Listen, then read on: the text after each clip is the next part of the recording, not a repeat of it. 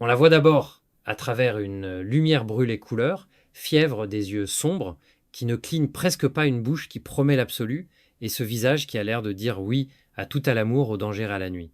Betty Blue n'était pas seulement un rôle, c'était une apparition. En 1986, Béatrice Dalle traverse l'écran comme on brise une vitre dans un fracas sensuel, où l'innocence et la déraison se regardent en chien de faïence. La France, fascinée, croit soudain tenir sa nouvelle icône, une héroïne qui aime trop fort, trop vite, au point de se consumer elle-même, mais l'écran même géant est une peau fragile. Derrière la légende instantanée, il y a ce qui ne se tourne pas les matins de doute, les colères muettes, les amours qui se prennent pour des refuges et s'avèrent des labyrinthes. Très vite, la presse construit le mythe de la femme fatale, indomptable. Très vite, la vie intime s'use contre ce mythe, comme une aile contre une vitre. Béatrice Dalle avance sans renier.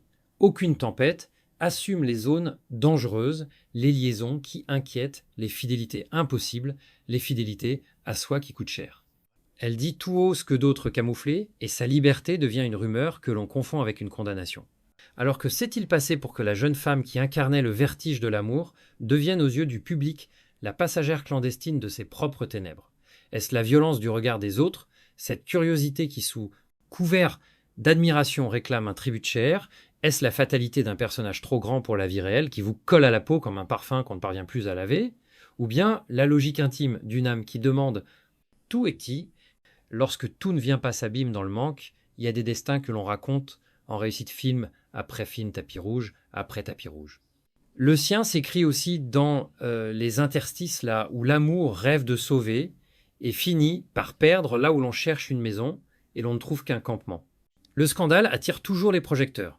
La douleur, elle n'émet aucune lumière. Pour comprendre Béatrice Dalle, la femme, l'icône, l'insoumise, il faut désapprendre les légendes, s'asseoir dans le silence après l'ovation et écouter ce qui tremble encore. Car pour comprendre l'embrasement, il faut revenir à la source. Pour expliquer la chute, il faut regarder la marche. Pour éclairer la nuit, il faut d'abord nommer la blessure. Et pour la nommer, il faut repartir du commencement. Née en 1964 à Brest, dans ce coin de Bretagne où le vent marin gifle les façades et use les âmes, Béatrice Dalle ne vient pas d'un monde préparé à la gloire. Sa famille sans fortune, ni tradition artistique, lui offre une enfance banale presque anonyme. Mais dans cette banalité se cachent déjà les fêlures. L'école, l'ennui, les règles l'étouffent et la discipline lui apparaît comme une menace à sa soif d'horizon. Très tôt, elle rêve d'ailleurs d'une vie qui n'aurait pas de mur, pas de devoir, pas de limite. Cette quête d'évasion se double d'un tempérament rebelle presque sauvage. Adolescente, Béatrice n'a pas peur de choquer ni de déplaire. Elle rejette l'autorité comme on repousse une prison fréquente les marges de la société et cherche dans les expériences interdites la preuve de son existence. Son enfance ne se raconte pas comme une suite d'événements dramatiques, mais comme une lente érosion, l'absence de repères solides, le manque de tendresse stable, la sensation constante de ne jamais trouver un port où accoster. La relation avec ses parents n'est pas destructrice au sens spectaculaire, mais marquée par une distance, une incompréhension réciproque.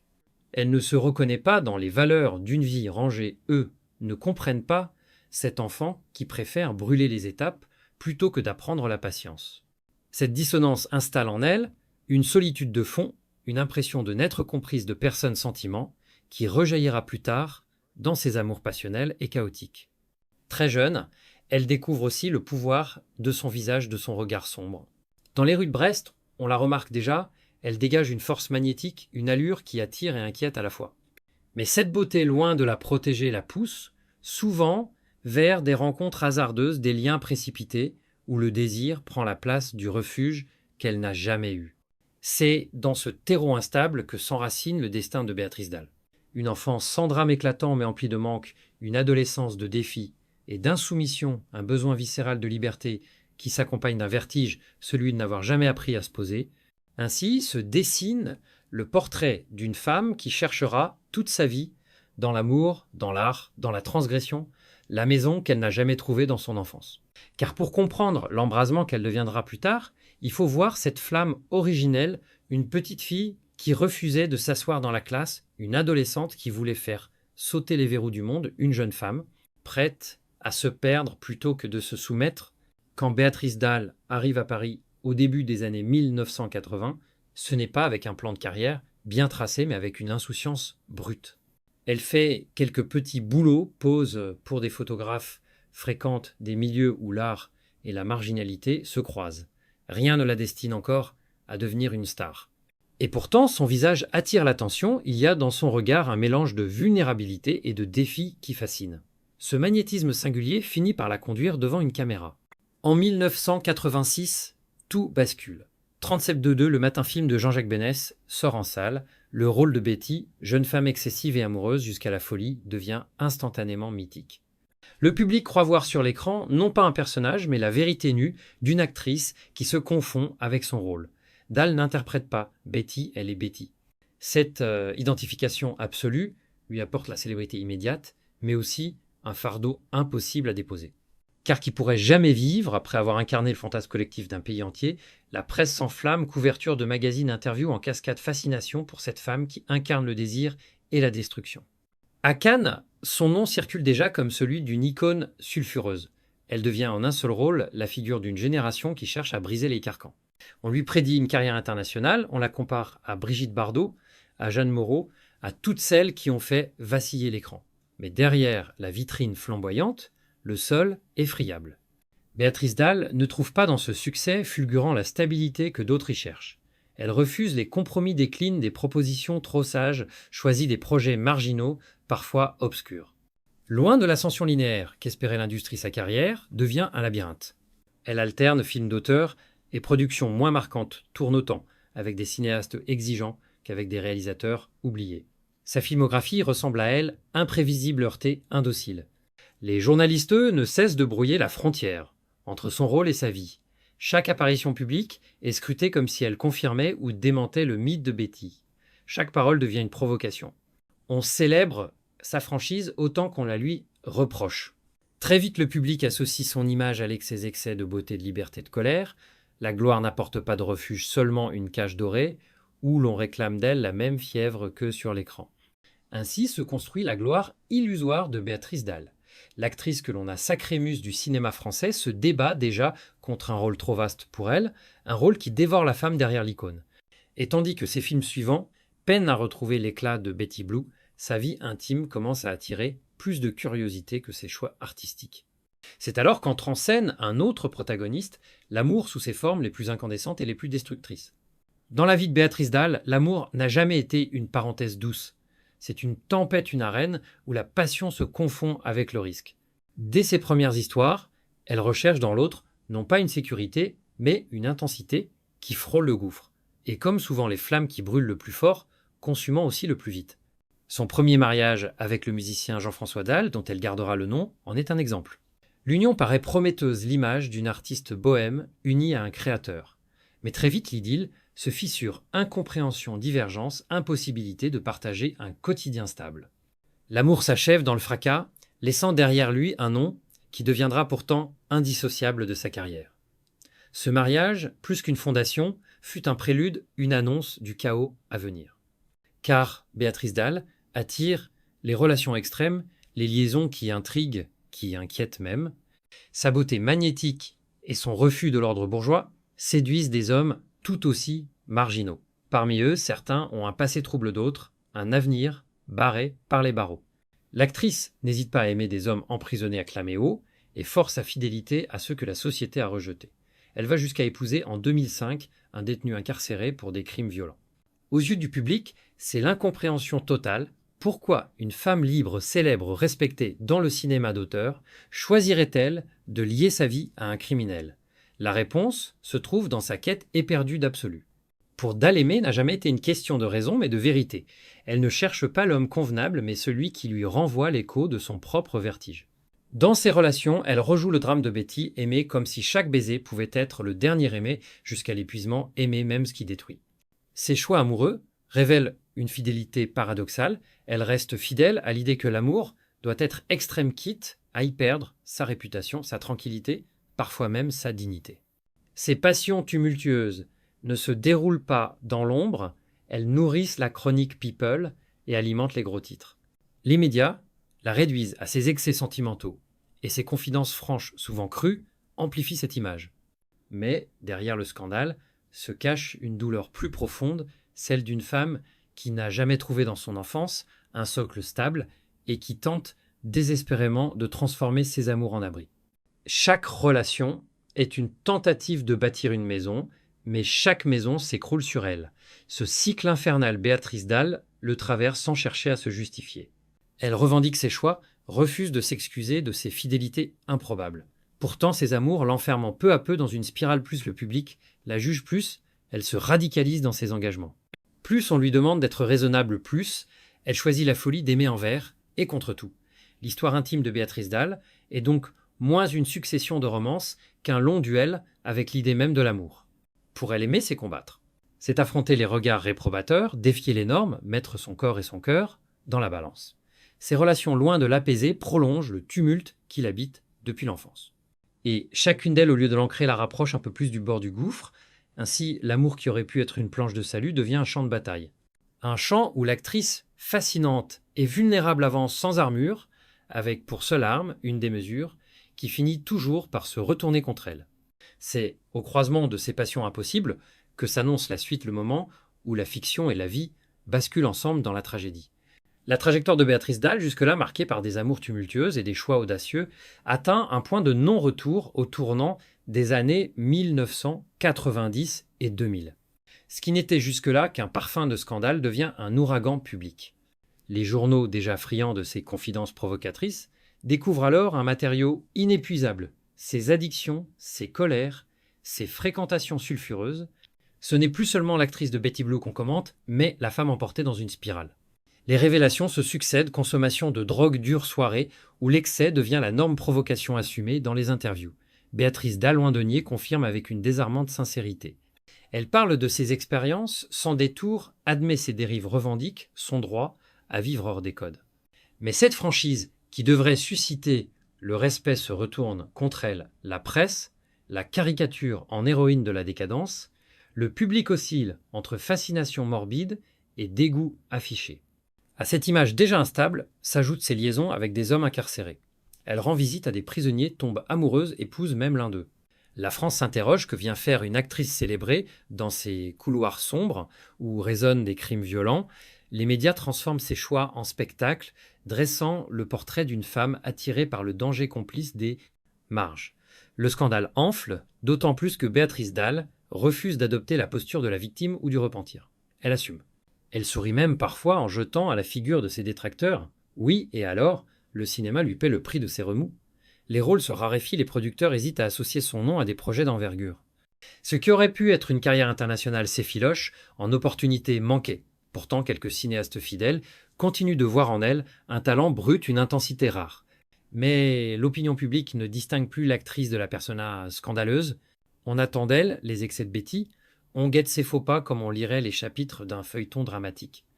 Au plus fort de cette tempête médiatique, Béatrice Dalle devient l'incarnation d'un paradoxe adulé pour sa liberté, mais rejeté pour les mêmes raisons. Les spectateurs qui l'avaient portée au nu se mettent à la juger comme si la passion destructrice de son personnage avait contaminé la réalité. La frontière entre fiction et vie intime s'effondre et l'actrice se retrouve prisonnière de son propre mythe. C'est aussi une tragédie intérieure. Derrière les provocations et les sourires bravaches, il y a la fatigue d'une femme constamment scrutée, toujours accusée de franchir les limites. Les confidences de ses proches évoquent une solitude épaisse, des colères muettes, une fragilité que ses coups d'éclat ne font que masquer. Elle court après l'amour comme on court après une issue de secours, mais chaque étreinte se transforme en prison, chaque promesse en désillusion. Le climax de cette descente aux enfers n'est pas un événement unique, mais une accumulation. Un procès par-ci, une garde à vue par-là, des articles assassins qui s'enchaînent. Le nom de Béatrice Dalle, autrefois synonyme d'audace cinématographique, devient celui d'un scandale permanent. Et pourtant, paradoxalement, cette exposition nourrit encore sa légende, comme si pour le public Béatrice Dalle n'existait que dans la démesure trop aimée, trop haïe, trop excessive pour être simplement humaine. La tragédie de Béatrice Dalle n'est donc pas un accident isolé, mais une lente érosion, un effondrement sous le poids des attentes, des passions et des jugements. Elle est devenue l'otage de son propre rôle, celle qu'on admire et qu'on crucifie dans le même mouvement. Et l'on se surprend à poser cette question lancinante: pourquoi personne, ni dans son entourage, ni dans son milieu professionnel, n'a été, il su ou voulu lui tendre une main ferme, une main qui aurait pu retenir la chute, car au bout du compte, c'est là le scandale le plus cruel, non pas qu'une femme ait aimé trop fort ou vécu trop librement, mais qu'autour d'elle, tout le monde ait regardé, commenté, jugé sans jamais vraiment intervenir. Lorsque la tempête médiatique atteint son apogée, la justice française s'invite dans l'histoire de Béatrice Dalle. Ses fréquentations, ses excès, ses amours sulfureuses ne restent plus dans le domaine du scandale mondain, ils se traduisent en convocations, en procès, en jugement, qui font la une des journaux. L'actrice ne se retrouve pas derrière les barreaux pour ses propres crimes, mais son nom apparaît dans des affaires où l'amour l'a conduite à fréquenter les marges les plus sombres de la société. Elle est convoquée pour avoir soutenu des détenus parfois accusés de crimes graves et pour avoir entretenu des liaisons qui effraient l'opinion publique. Ces visites en prison deviennent des événements scrutés par les paparazzi, ces déclarations à la sortie du tribunal, des provocations reprises en boucle par la presse. À plusieurs reprises, ces prises de position dérangent, elle défend ceux que tout le monde condamne, se tient aux côtés des exclus, s'affiche sans honte avec des hommes dont les casiers judiciaires sont lourds. La justice, face à ces provocations, la rappelle à l'ordre d'audition procès-verbaux, parfois peine symbolique. Mais plus encore que les verdicts, ce sont les conséquences sociales et professionnelles qui s'avèrent dévastatrices. Le cinéma frileux hésite à lui confier des rôles d'importance. Les producteurs craignent que sa présence attire plus d'ennuis que de spectateurs. Le monde du spectacle y avait fait d'elle une muse, commence à la traiter en paria. Le public lui se divise. Certains admirent sa fidélité à ses convictions, son refus de jouer la comédie même devant la police. D'autres la condamnent sans appel, voyant en elle une complice du chaos. Dans les cafés, dans les colonnes des journaux, sur les plateaux télé, Béatrice Dalle devient un sujet de débat national. Est-elle une artiste courageuse ou une femme perdue, une rebelle authentique ou une provocatrice en quête d'attention? Mais derrière ce tumulte, une vérité demeure. Chaque confrontation avec la justice fragilise un peu plus sa carrière et son image. Les portes se ferment, les occasions se raréfient. Ce qui fut jadis une ascension fulgurante se transforme en une succession de détours incertains. Béatrice Dalle se retrouve prisonnière d'un paradoxe cruel. C'est justement son insoumission qui l'avait rendue célèbre, et c'est cette même insoumission qui la relègue désormais dans l'ombre. La loi a donc laissé des cicatrices invisibles sur sa trajectoire. Elle n'a pas été détruite par une condamnation lourde, mais par une réputation sans cesse écornée, par la suspicion permanente, par ce poison lent qu'est le discrédit public. Et au-delà du droit, c'est le jugement moral qui l'a le plus marqué, celui de ses pairs, celui de ses spectateurs, celui d'une société qui ne pardonne pas à une femme d'oser aimer hors des normes. Ainsi, après la gloire et la chute reste un champ de ruines où se lit la cruauté d'un monde qui élève pour mieux abattre. Béatrice Dalle, qui avait incarné l'excès sur l'écran, se retrouve condamnée à vivre cet excès jusque dans les salles d'audience. Et dans le silence des couloirs de tribunal, une question obsédante plane que reste-t-il, il une fois la justice passée d'une femme qui n'a jamais cessé de dire « je suis libre ». Lorsque le tumulte s'apaise, lorsque les scandales se tassent et que les projecteurs se détournent, il reste toujours une trace. Dans le cas de Béatrice Dalle, cette trace est double. D'un côté, l'ombre d'une actrice jugée trop excessive, trop libre, trop bruyante pour être apprivoisée. De l'autre, l'empreinte indélébile d'une femme qui a incarné, sans le savoir peu, être la vérité la plus crue du cinéma français des années 1980. Car quoi qu'on dise, 37.2 Le Matin demeure dans la mémoire collective comme un film symbole, et Béatrice Dalle y brûle d'une intensité qu'aucune controverse n'a pu effacer. Son regard, sa voix, sa présence continuent de hanter ceux qui l'ont vue comme un souvenir impossible à dompter. Elle est restée au-delà des années et des polémiques l'image même d'une liberté sans concession. Certains diront qu'elle a gâché son talent, qu'elle aurait pu avoir une carrière lisse et prestigieuse si elle avait consenti à plus de prudence. Mais cette hypothèse nie ce qui fait l'essence même de Béatrice Dalle. Elle n'a jamais voulu être sage ni rassurante. Elle a choisi d'être entière, quitte à s'y briser. Et c'est précisément ce choix qui fonde aujourd'hui sa légende. Dans un monde du cinéma souvent corseté par les stratégies et les conventions, elle a incarné la dissidence, l'imprévisible, le refus obstiné de rentrer dans le rang. Cette radicalité, si elle lui a coûté cher, lui a aussi donné une place unique, celle d'une icône de l'excès d'une muse de l'indocilité. Pour une génération de spectateurs, elle reste la preuve que le cinéma peut encore révéler des êtres bruts irréductibles. Au-delà des films, au-delà des scandales, ce qui demeurait peu, être une leçon plus intime, il existe des vies qui ne se plient pas, qui choisissent le vertige plutôt que l'équilibre. Béatrice Dalle, avec ses failles et ses éclats, incarne cette vérité. Et si son héritage n'est pas celui d'une carrière sage et reconnue, Il est celui d'une femme qui aura toujours préféré la brûlure à la fadeur, l'absolu à la tiédeur. Car au fond, c'est peu être là son plus grand legs rappeler que la liberté a un prix et que certaines âmes même broyées continuent de scintiller dans la nuit.